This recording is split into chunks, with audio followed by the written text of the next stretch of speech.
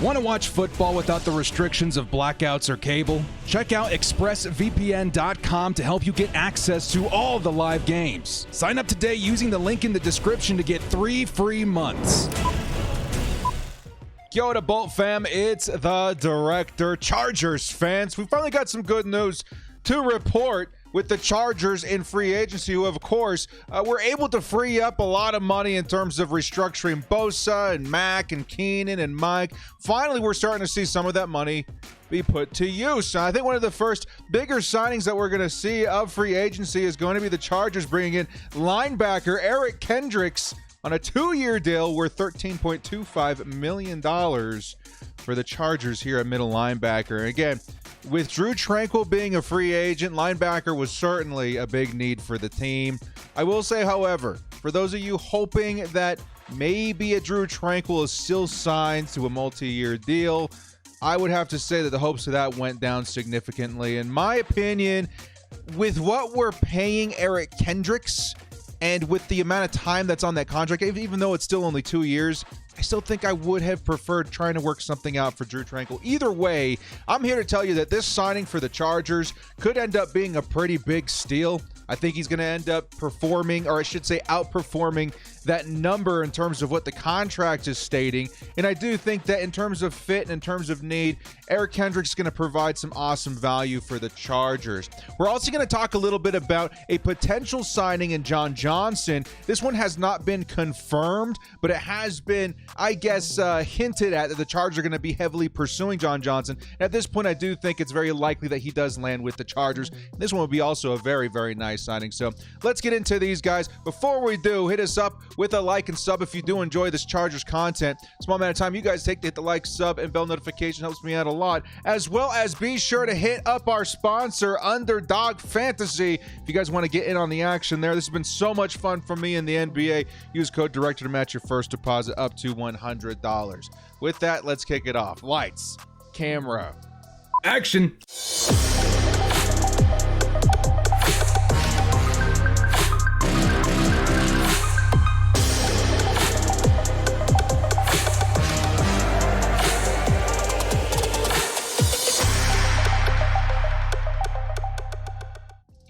Breaking news, the Chargers are signing a linebacker Eric Kendricks, as well as possibly bringing on safety John Johnson. That should be a very big one, too, if that ends up turning out to be true. That John Johnson signing would be pretty epic as well. So before we jump into all of the details of Eric Kendricks and John Johnson, did want to give you guys a quick update on the Austin Ekeler situation. Now, if you guys didn't see my video yesterday, what you're seeing the thumbnail of right now, Austin Ekeler has requested a trade from the Chargers, and we do have a small update on that situation.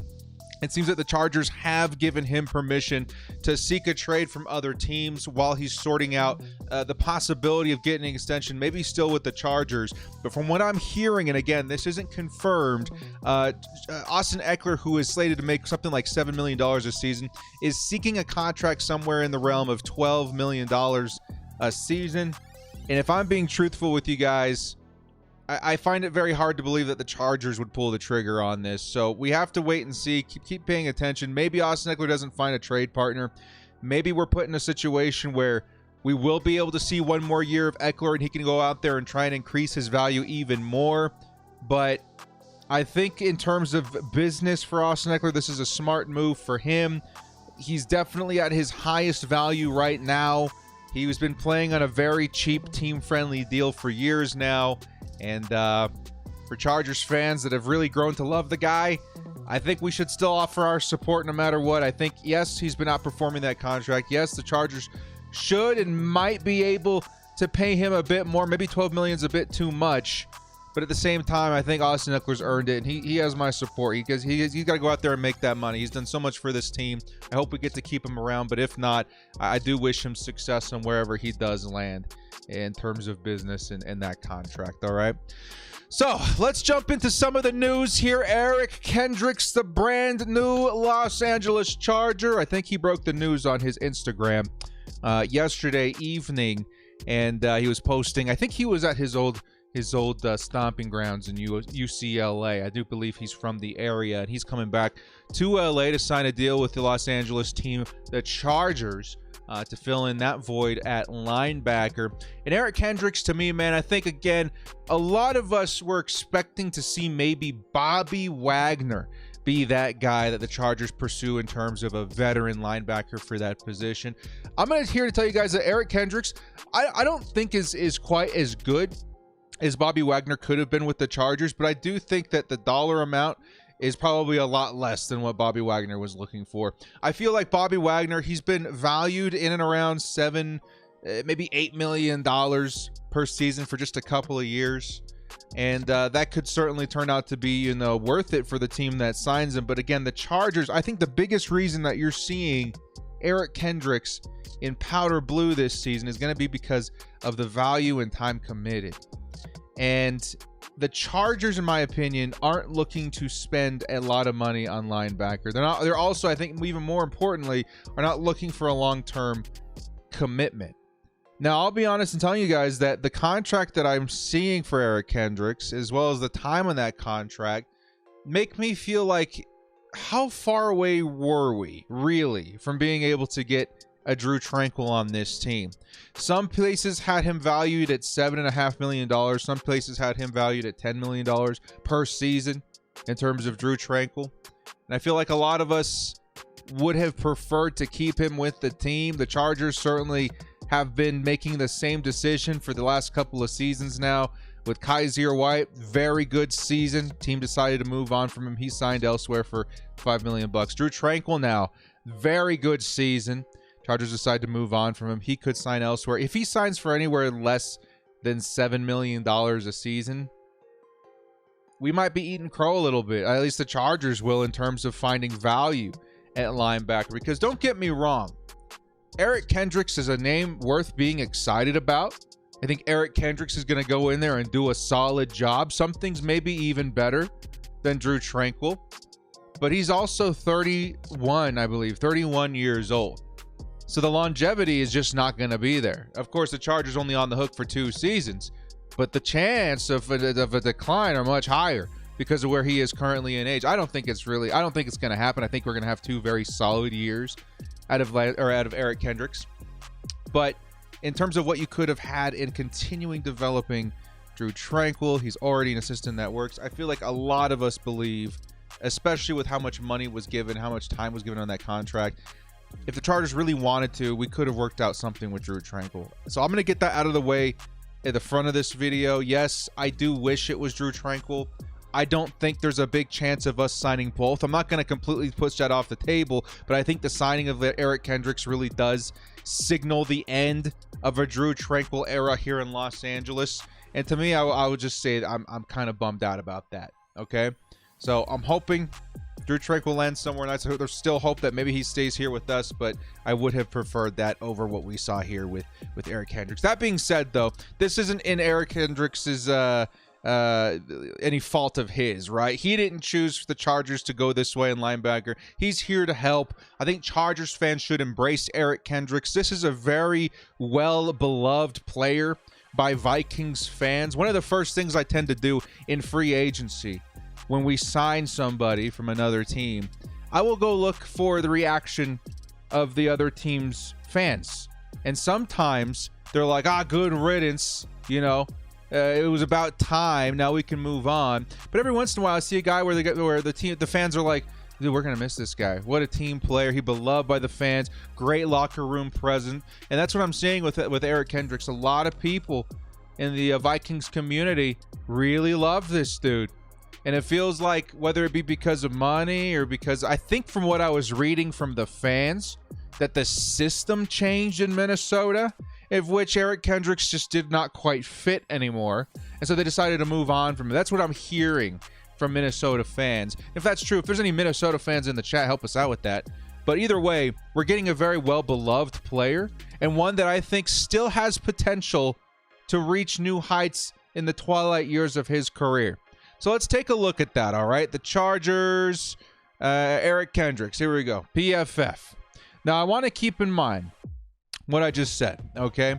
Eric Kendricks, I don't know if it's this last year, the last couple of seasons. The Minnesota Vikings have changed their defensive system just a little bit, and Vikings fans apparently are saying that's a big reason for a bit of a decline in Eric Kendricks. Okay, so with that in mind, let's take a look at some of Eric Kendricks' stats from the past couple of seasons, all right? 97 tackles, definitely not bad. That's especially in a system that he's struggling in, that's a good number of tackles. That's a good middle linebacker 1 kind of stat you're seeing there. Posted an overall grade of 61, run defense of 81. I tell you guys right now, I don't have Drew's PFF stats put up, but I think Drew was somewhere in the 50s, maybe even the low 60s. So you're going to see a noticeable increase in run defense from the linebacker position with Eric Kendricks. Very, very good. Pass rush at 61. I think Drew was a little better in this stat. I don't remember, but still not bad. And then coverage of 46.4. Now this is where Drew was stomping all over Eric Kendricks, at least this last season. And this is where I think the scheme fit comes into play. Because if you guys have been watching Eric Kendricks, sorry if I keep saying Lance, I play Madden Ultimate Team. Sometimes we use that player. Eric Kendricks, if you guys have been watching Eric Kendricks for a long time, okay, you'll know that historically he's very good in coverage. And this is where that new system maybe comes into play that's disrupted that stat for him. Let's take a look at seasons not too far away from that. 2021. Yep, that coverage grade getting closer to Drew Tranquil. I think Drew's was somewhere in what, like the 75, 76? Definitely not bad. He definitely wasn't as good in run defense, that's for sure, but maybe this is when they're introducing that new system. Who knows? But definitely, again, not great, not bad. Could have been better. 2021. I'm going to guess that's when the new system was implemented for the Minnesota Vikings. Now, what about 2020? This is where I think the last year was in the system that he was working out in, right? 77 tackles, so not great. Maybe he missed some games. Who knows? 3 interceptions. Definitely not bad for the linebacker position. That's pretty good. That's got to come with some pretty good coverage stats, right? You would be right about that. 90.7 in coverage in 2020. My word. Pass rush maybe not too great, but run defense he was pretty good. Better than Drew Tranquil last year. Overall, this guy was great. He's a great coverage linebacker. And that's why when I see these two stats here in 2022 and 2021 when it comes to coverage, I was like, I think more specifically 2022. I was like, there's no way that this stat was right. Something had to be wrong, right? Something had to be off. Because to me, Eric Kendricks has always been a very coverage-oriented linebacker. And I think that's exactly what the Chargers got. Okay, so don't let this stat fool you. I feel like, again, this has to do something with a change of system, a change of scheme. I would say more than likely you're going to get something closer to this. 72, maybe in the low 80s, high 70s, and that's really good. That's Drew Tranquil level at least. And we can get this run defense up, which I do think he's been performing better as of late versus the run. I think we got ourselves a really nice deal at linebacker. And this is what the Vikings fans have been saying, right? Like, Chargers got themselves a really nice deal. If he fits that system, a system that he was playing previous 2 years ago, then this is going to be a steal, even in the twilight years. The one big concern I think all of us are going to have is that age. And that's definitely a valid concern, okay? He's 31 years old. Actually, let's take a look at the PFF one more time. How old is he exactly? 31 exactly. 31 years old exactly. He'll be on contract with the Chargers until he's 33. That is the one thing I do say, like, hey, we don't know what the decline's going to look like. But when you watch Eric Kendricks and you see him the last couple of seasons, there is a scenario with the Chargers that just kind of reminds me of. Can you guys guess it? Another linebacker that the Chargers signed several years ago now, maybe a bit older in age, but came in and really performed, maybe even overperformed in what we're expecting him to do from a veteran signing. His name was Thomas Davis Sr. You guys remember that dude? I think he posted back-to-back over 100 tackle seasons. Maybe, yeah, he wasn't the best in terms of, depth target, this and that and all that, but he was very solid. He was that just consistency at linebacker where it's like, maybe he's not going to prevent big plays or he's not going to create big plays, but he could prevent them because he's very good as a tackler. He's very consistent. He's just very solid all around. And that's kind of the vibe I'm getting with Eric Kendricks right now. Kind of the same vibe you could see with a pretty decent, late year Thomas Davis, which I will say not a lot of people were stoked about that signing. Maybe not a lot of people recognize that as a good signing even in the moment or after the fact, but I will say, me as a Chargers fan, Thomas Davis, he was great. I think he was really good for what we asked him to do, especially in that old age. And I do think that Eric Kendricks poses similar upside, maybe even a little bit higher, because I do think Thomas Davis is a lot older. I do think Eric Kendricks is going to very much so come in and provide value at that contract. I think he's going to do very well. Now, the last thing I want to mention with Eric Kendricks, because again, we already covered that it sucks it's not Drew Tranquill, but it is what it is. Eric Kendricks is a great player, great fit, great locker room presence. I think that going into a system he's more familiar with that hasn't changed, we should see very solid coverage ability from the linebacker position once again. With all that being said, what about the money? The money to me, I feel, is okay. 13.25. Now, I want to point this out as well. It's a deal worth up to $13.25 million. Okay, it doesn't mean that the Chargers are splitting that number in half and giving him one half this year and one half next year. More than likely, he's going to have to meet several incentives. The last I saw, I think Daniel Popper posted a spreadsheet indicating that Eric Kendricks was going to be owed $4 million this season. Right, and you could say that it's backloaded a little bit, even though it's only a 2-year deal. But I would imagine that there's probably $3 to $5 million worth of incentives there. So one of two things could happen. One, he underperforms. That sucks, but the Chargers don't have to pay him very much. What I think is more likely is that he goes out there and he hits those incentives and he overperforms. And the Chargers do have to pay him, but that just means you got a good season out of him. That's why I like incentives. So just keep that in mind. I think for the money, Chargers owing him $4 million this season, not too bad. That should put us still around $15 million in cap space. That's before we even cut anybody like Matt Filer. And I think the 2-year commitment, that is the biggest reason why the Chargers moved on from Drew Tranquill, who was probably looking for a 4-year deal at minimum.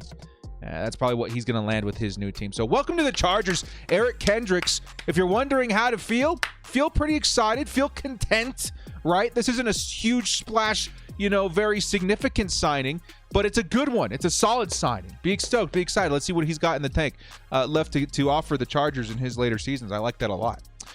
All right, next up, we need to talk a little bit about this man, John Johnson. Now, this hasn't been confirmed yet. I think the last thing I read about it was that the Chargers were expected to heavily pursue John Johnson III in free agency, but we haven't seen anything since then. Nothing about him being signed or the Chargers bringing him in, nothing like that.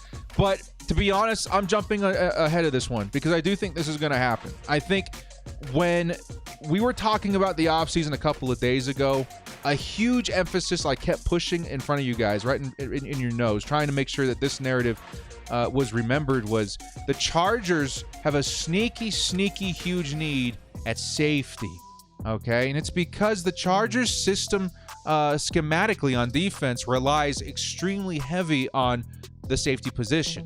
Of course, you want enough flexibility to move Derwin James around. I think with a little bit of an uptick from Alohi Gilman, we should be able to make that happen from the strong safeties part of it. But after letting go of Nasir Adderley, the free safety element, the other side of the field safety, leaves a big maybe exposure for the Chargers defense, a big weakness that they're going to have to figure out. And for a while, I was feeling like maybe they can address this in the draft. Maybe you draft a guy like Brian Branch. Maybe you go out there and get, a young guy, maybe even a different free agent. Completely forgot about John Johnson. And I think out of all the free agents that are available to the Chargers to address that need at safety, John Johnson is without a doubt in my mind the best possible you could ask for a couple of different reasons. One, you know who coached this man back in 2020, the Justin Herbert rookie season, right before the turnover in coaching. He was a Los Angeles Ram at this point. I don't know where the team right here, Los Angeles Rams. He was drafted by the Rams. He was coached by Brandon Staley. He was part of that defense, that legendary defense of Brandon Staley's that got him hired as a coach because of that accomplishment. He's part of that system. He knows that system. Him and Brandon Staley very familiar. It's just a perfect fit. Now, what happened after that? Well, if you take a look here in his last season with the Los Angeles Rams, I do believe it was 2020, he posted some incredible numbers, man. He only had the one interception, but man, dude was tackling everybody. He was a machine, 67 targets, overall grade of 85, right? Great in run defense as well from that safety position, 85.6 in coverage as well. This guy was just all around fantastic. Then he gets let go To free agency, I think obviously the Rams are always in cap hell. Weren't able to keep John Johnson around. He ends up signing with the Cleveland Browns, who run a different system. And what happens? Well, he does okay. 68, not bad. Pass rush, they used him a lot in that aspect. He did pretty good. Coverage of 66.5. All right, okay, not bad, especially considering he had to shift some things around. This last season, not so much. He finally caught up to him. 62, 66, pass rush. He was overall pretty average. I would say maybe a Nasir Adderley kind of average.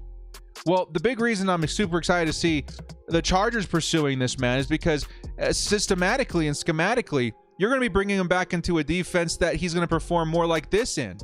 And this is very much so similar to the Eric Kendricks situation. Man, the dude's been underperforming. The system wasn't right. It wasn't a fit. We're going to have to let this cat go. Here come the Chargers scooping him up. They're going to put him in a system back where things are a little bit more familiar. We're probably going to find things a little bit closer to his last very nice season in that system. Very nice. Cool. Okay, this could turn out to be a good signing for the Los Angeles Chargers. And then you turn around and do the same thing with John Johnson, who's been in a different system with the Cleveland Browns. He's going to be going to a system that's very similar, if not almost identical, to the Los Angeles Rams. In the last season that he posted a grade of 85.6. I think even before that, he was having great success with the Rams. Maybe the 2020 was his breakout season. Yeah, 2018, 84.1. Very consistently a good player, right, with the Los Angeles Rams. I think the 17 was his rookie year, right? I think that was his rookie year. Either way, great player, bad system fit, bad scheme fit for the last couple of years. Now that he's a free agent, I think the Chargers go scoop him up. As a matter of fact, this is a guy that I think if the Chargers had scooped up back in 2021, we'd be talking more about an extension right now. I think he would have been performing very, very well with Brandon Staley. So to kind of wrap that up in a bow, John Johnson, terrific coverage safety. We would have, John Johnson, Derwin James, Alohi Gilman, JT Woods. I'm feeling very good about the safety situation all of a sudden. Systematically, it's a perfect fit. Very familiar with Brandon, right? He's going to be going back to his roots where he was putting together not, a 66 average in coverage, but 85.6. That's fantastic. I think John Johnson, at only 28 years old, going to provide a lot of value there. And fortunately for us Chargers fans, I don't think he's going to be all that expensive. And it's because what the Browns did to him.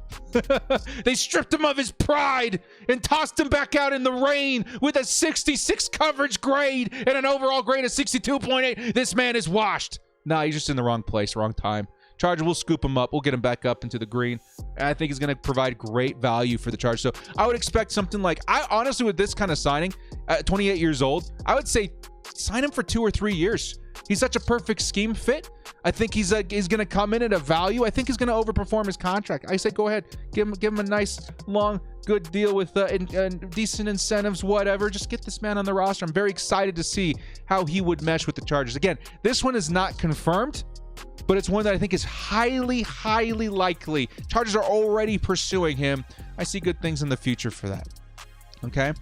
So to wrap up this video, Eric Kendricks, get excited. I would say that this is a solid signing. Again, not splashy, but solid, intelligent. It's got Coupon Tom written all over it. John Johnson, this is one I would be super stoked to see, man. Again, very physical, very fast, great in coverage, young, system fit, familiarity with the coaching staff. This would be huge. We all got to be rooting for this one as well. Keep an eye on your Twitters too, guys. I feel like the day isn't over yet. I'm actually going to go live check this real quick to make sure we haven't missed anything. I'm sure you guys would have been posting all over my page if we already got one. Giants have traded for Darren Waller, which is crazy, but you guys keep an eye on the Twitter because I have a feeling the week is just beginning. I think the Chargers have a couple other free agents in their crosshairs. I think some of them are going to have to wait until the draft or after the draft if the Chargers maybe don't get a running back. Maybe they do go pursue someone like Alexander Madison. You guys know how huge I am on that guy. Maybe the Chargers are going to be pursuing some more talent on offense. I think Dalton Schultz is another big name to keep your eye out for. Familiarity with Kellen Moore. Chargers probably want a tight end anyway. Maybe we can make something happen. So you guys let me know in the comment section below what you're thinking. Well, guys, thank you so much for joining me. This has been The Director. If you liked what you saw here, hit us up with a like and sub on your way out. We'll see you next time. And as always, bolt up and stay frosty. Welcome to the Chargers, Eric Kendricks. And let's hopefully say the same about John Johnson here very, very soon.